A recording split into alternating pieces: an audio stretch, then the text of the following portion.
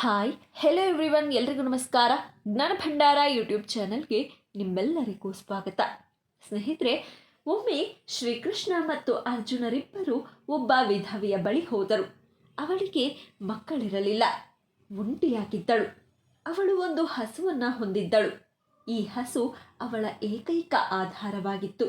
ಯಾಕಂದರೆ ಅವಳು ತನ್ನನ್ನು ತಾನು ಪೋಷಿಸಿಕೊಳ್ಳಲು ಈ ಹಸುವಿನ ಹಾಲನ್ನು ಮಾರಿ ಬದುಕುತ್ತಿದ್ದಳು.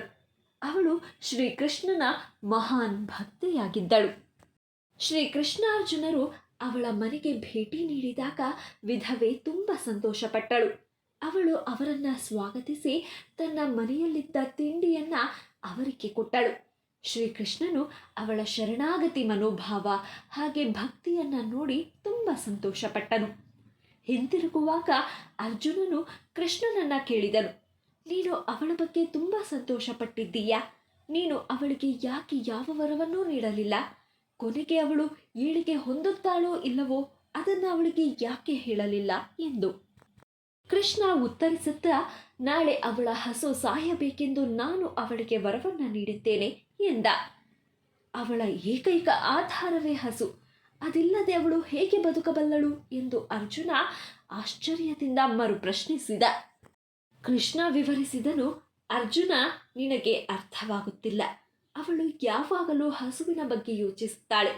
ಅದಕ್ಕೆ ಆಹಾರ ಕೊಡುವುದು, ಸ್ನಾನ ಮಾಡಿಸುವುದು, ಅವಳು ನನ್ನ ಬಗ್ಗೆ ಮಾತ್ರ ಯೋಚಿಸಬೇಕೆಂದು ನಾನು ಬಯಸುತ್ತೇನೆ. ಹಸು ಹೋದಾಗ ಅವಳು ಯಾವಾಗಲೂ ನನ್ನ ಬಗ್ಗೆ ಯೋಚಿಸುತ್ತಾಳೆ. ನಂತರ ಸರಿಯಾದ ಸಮಯ ಬಂದಾಗ ನಾನು ಈ ಲೋಕದಿಂದ ಕರೆದುಕೊಂಡು ಹೋಗಿ ಅವಳಿಗೆ ಉತ್ತಮ ಹಾಗೂ ಹೆಚ್ಚು ತೃಪ್ತಿಕರವಾದ ಅವತಾರವನ್ನು ನೀಡುತ್ತೇನೆ. ಭೂಮಿಯ ಮೇಲೆ ಯಾರೂ ಉಳಿದಿಲ್ಲ, ಹಸು ಕೂಡ ಇಲ್ಲ.